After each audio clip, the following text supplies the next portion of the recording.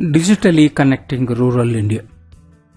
Digital India is a Government of India's ambitious plan. Digital India plan aims to digitally connect all of India's villages and gram panchayats by broadband internet and thus promote e-governance. This will transform India into a connected knowledge economy. By the year 2019, the Digital India program envisages that 250,000 Indian villages will enjoy broadband connectivity and also universal phone connectivity. This is truly a visionary and commendable initiative. However, to implement this vision in a country where most of the population resides in rural areas is very challenging. It can be best done by creating digital town squares.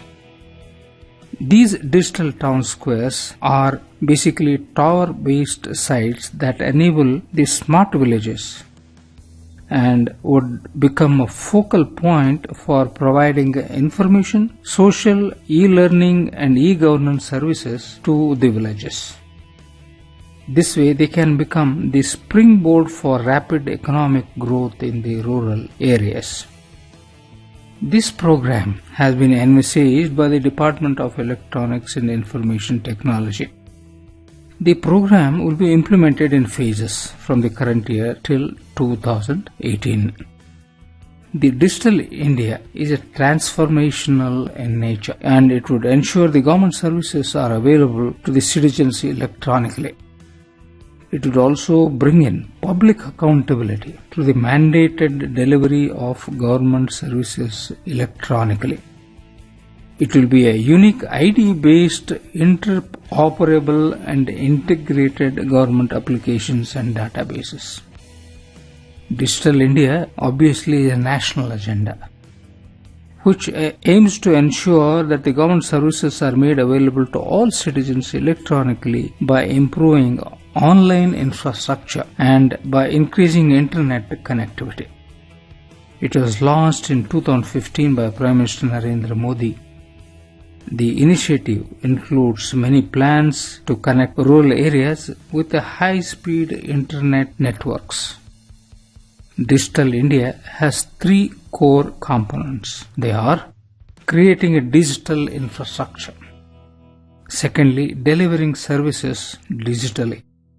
And third, initiating a digital literacy all over, that is, by way of training, etc. India has a population of more than 1.25 billion, out of which 52% of the population is below the 25 years of age, which is considered as a huge, very huge population dividend. It has more than 900 million mobile connections already. Of this, nearly 130 million are supposed to be smartphones and there are 200 million internet users. India online population therefore is growing steadily.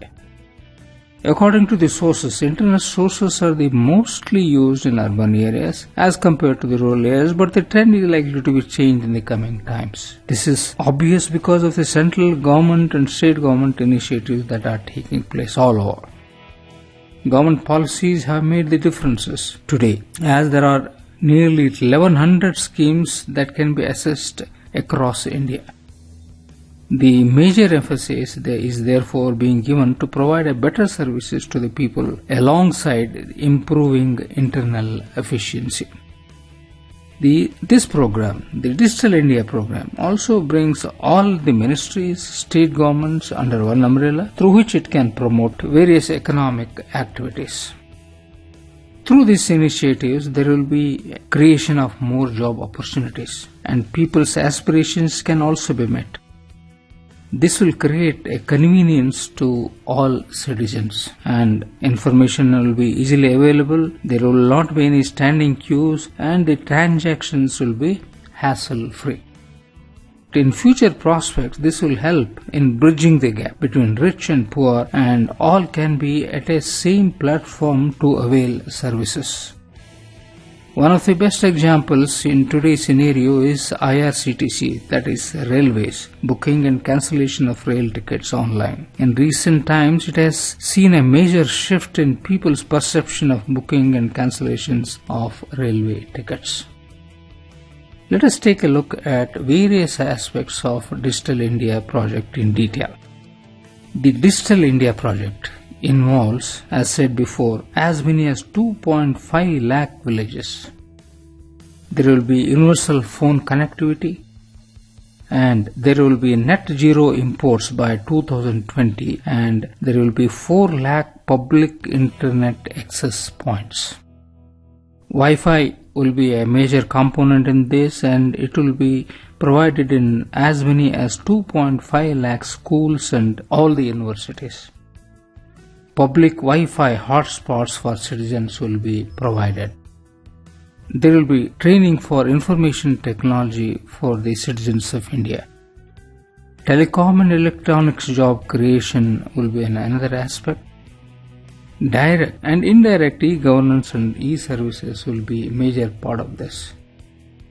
The Government of India entity, that is Bharat Broadband Network Limited, which executes the National Optical Fiber Network projects, will be the custodian of the Digital India project. Finally, optical fiber cable will be laid out in more than 68,000 village panchayats.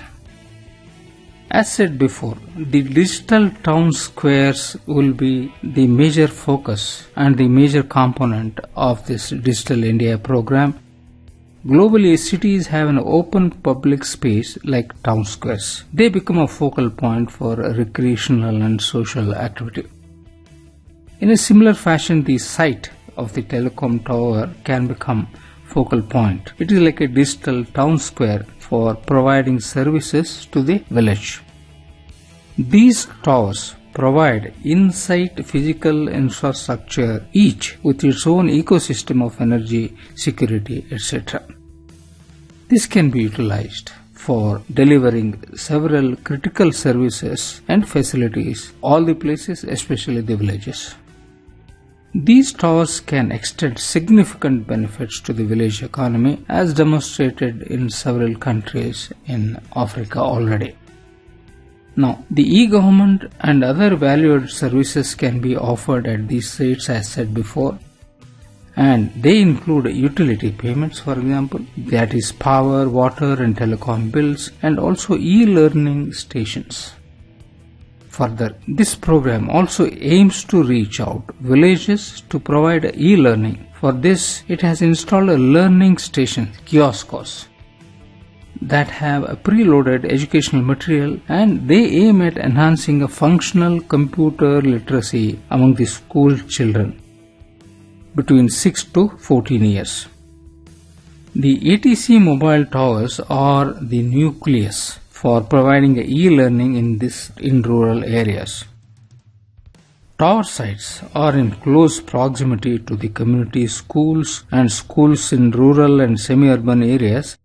This way, the children from these schools can use the learning solutions. The ATC experiment has led to a significant success in the area of e-learning. The same success in a replicated manner in other areas like e-governance, e-health, e-commerce as well can be implemented. Public-private partnership is going to be an important feature of the Digital India program. Currently, India has a total of 450,000 telecom towers, and only 60% of them are located in rural areas. These tracts have a poor tele density, according to the Telephone Regulatory Authority of India. We need another 60,000 telecom towers in order to achieve the goals of the Digital India program. Therefore, rural telecom remains still expensive proposition. For 60,000 additional towers to be installed in rural India, government has to provide incentives to businesses in order to make it attractive for them to invest as much as 20,000 crore rupees, that is estimated for this project. So to conclude, the telecom infrastructure companies can play a major role in eventual success of Digital India. A well-orchestrated collaboration between the government, policymakers, mobile network operators and telecom infrastructure companies is very, very crucial to the success of this venture. However, rather than imposing taxes, levies, charges and license fees on the telecom sector, the government must provide gap funding, that is, initiatives to the industries for expanding into rural locations. They also need to form a public-private partnership to initiate and manage wireless broadband pilot projects in districts in creating smart villages. While the service sector will continue to provide more opportunities, India's next surge would come from the manufacturing sector, and it would create more jobs, incomes in both urban and rural areas. In short, the future belongs to those corporations or the companies that would have a strategy to make in India or make for India. For this, Indian companies will have to focus on relevant technologies and products. Now let us further see how the use of mobile technology can be useful in the rural areas. Mobile is going to be very convenient, easy to use and probably the most popular means of spreading awareness of government programs and also commercial transactions in rural areas also. Mobile phone is the preferred delivery medium with a focus on M-governance and M-services. The M-agriculture and M-gram bazaar are going to be buzzwords, and among the 7 components that have been identified, these M-governance, M-services, M-agriculture and M-gram bazaar are going to be very important, which will directly impact agricultural extension and marketing services. For this, the government has launched what is called a National Digital Literacy Mission. The National Digital Literacy Mission will make 10 million people digitally literate in 5 years and digitally empower at least one person in every family. This project will immensely benefit small farmers because it seeks to transform rural India into a digitally empowered knowledge economy. Further, it will provide universal phone connectivity and access to broadband in as many as 250,000 villages. And thirdly, it will extend timely services to farmers through information and communication technology. Information and communication technology through mobile has a huge potential to revolutionize our Indian agriculture. It will be in terms of raising crop productivity, profitability per unit area and resources. Several apps are now available and many more can be developed to help farmers to access authentic, accurate and timely information related to high-yielding variety seeds. There will also be production enhancing and cost minimizing farming practices. There will be efficient use of water, including the micro-irrigation system, integrated nutrient and pest management, post-harvest management practices, marketing of farmer produce in domestic and international markets, and also there will be measures to mitigate adverse impact of climate change. As a part of this Digital India program, government has taken a basic initiatives for the information communication technology that is going to be useful for the agriculture. The government has proposed a national broadband network, which will lay out a fiber optic cable across the country. It will achieve a last mile connectivity for this, and it has encouraged private operators to make services available into remote rural areas. For this, the government has committed about $4 billion to build a network to connect 250,000 villages. Government for this purpose has put in operation 3 portals. They are Farmer Portal, Kisan Call Center and M-Kisan Portal. These portals will help farmers to take informed decisions for efficient farming under varying agro-climatic conditions. Farmers this way can reach the nearest buyers and sell products directly and minimize the post-production wastages, cost and also brokers. Social media all over the country can connect buyers with the sellers directly and remove the middleman. Farmers' portals thus aim at serving a one-stop shop for farmers for accessing information on agriculture. Besides, this portal will facilitate linking the location of the farmer with the concerned National Agricultural Research Project zone to which it belongs. Facilitates the farmer to access crop-specific technical information, and it will include a package of farm practices, control of pests, diseases, dealer network for seeds, fertilizers, pesticides, farm equipment, weather advisories, etc. Strengthening IT apparatus in the states is an important component of the Digital India program, and under this program computers are provided up to the district level throughout the country, and state-specific software packages have been developed to disseminate information to farmers in the way that is needed in the context of that particular area and the state.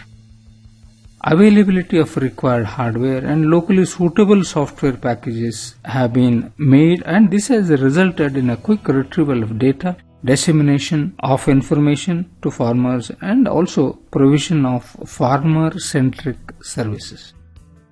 NABARD, which is an important national bank related to agriculture development, has also designed agricultural portals for the farmers. Private sector, NGOs and social groups also have been using the information and communication technology in agriculture in order to supplement government's efforts, and it will result in efficient delivery of various services to the farmers. There are 2 unique methodologies and content which will help farmers access the desired services for agricultural development. One is the e-Chowpal. E-Chowpal is a business initiative by the ITC that provides internet access to the farmers. E-Chowpal is an innovative market-led business model which is designed to enhance the competitiveness of Indian agriculture. The ITC has established what is called ITC kiosks with computer and internet facility in villages, and they are managed by computer trained farmers, that is Sanchalaks. And they are located in his house itself, and they are linked to the internet via phone lines or by a very small aperture terminal, that is the VSAT connection. Each Chowpal system comprises of 3 components, namely Internet-enabled computer located at the focal point farmer, Internet connection via phone lines or a VSAT, and dedicated services through the eChowpal.com portal. Each Internet connection serves 10 villages in 5 km radius. It will reach out an average of 600 farmers. This system improves the logistics and reduces transaction costs. Finally, eChowpal will provide a link to Chowpal Sagars, which is an integrated rural service center serving 40 eChowpals each. In these Chowpal Sagars, the farmers can bring their farm produce to sell and buy seeds, fertilizers and consumer goods. The Sanchalak of the Chowpal will bear some operating costs, but in return he would earn a service fee for the e-transactions done through his e-Chowpal.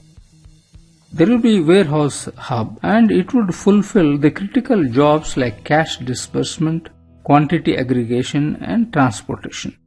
E-Chowpals will connect farmers with markets, and it will allow virtual integration of the supply chain. thus improving efficiencies in the traditional existing system. This way, farmers can earn a higher profit margins because they are no longer forced to sell through a middleman. ITC has a huge benefits here because it is simplified and intensified supply chain system increases businesses and profits. ITC has as many as 6,500 e-Chopal's computer stations in 40,000 villages already, and they are serving as many as 40 lakh farmers in 10 states.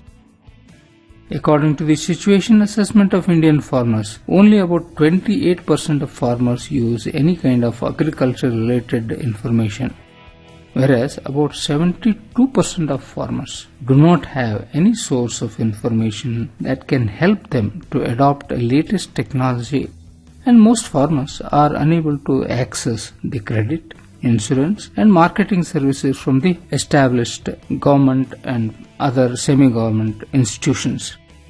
This is primarily responsible for the farmers' low crop productivity and profitability.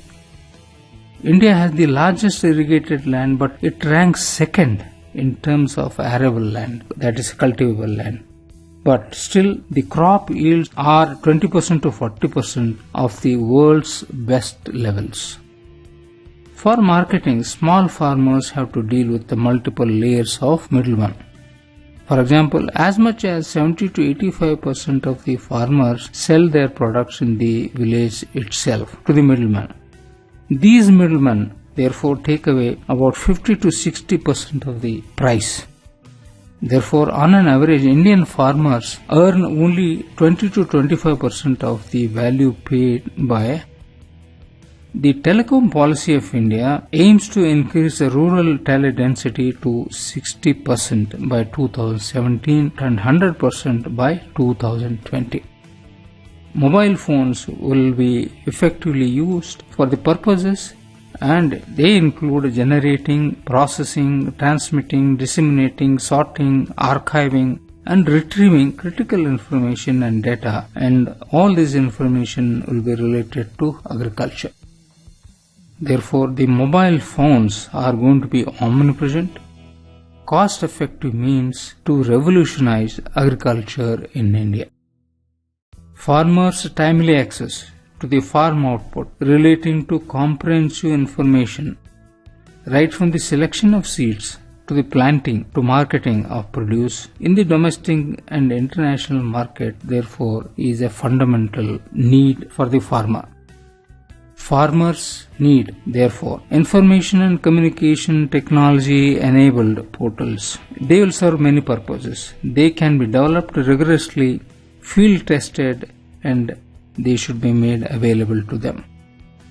To be specific, these information and communication technology enabled portals should address the areas of technology production enhancing proven crop specific technologies.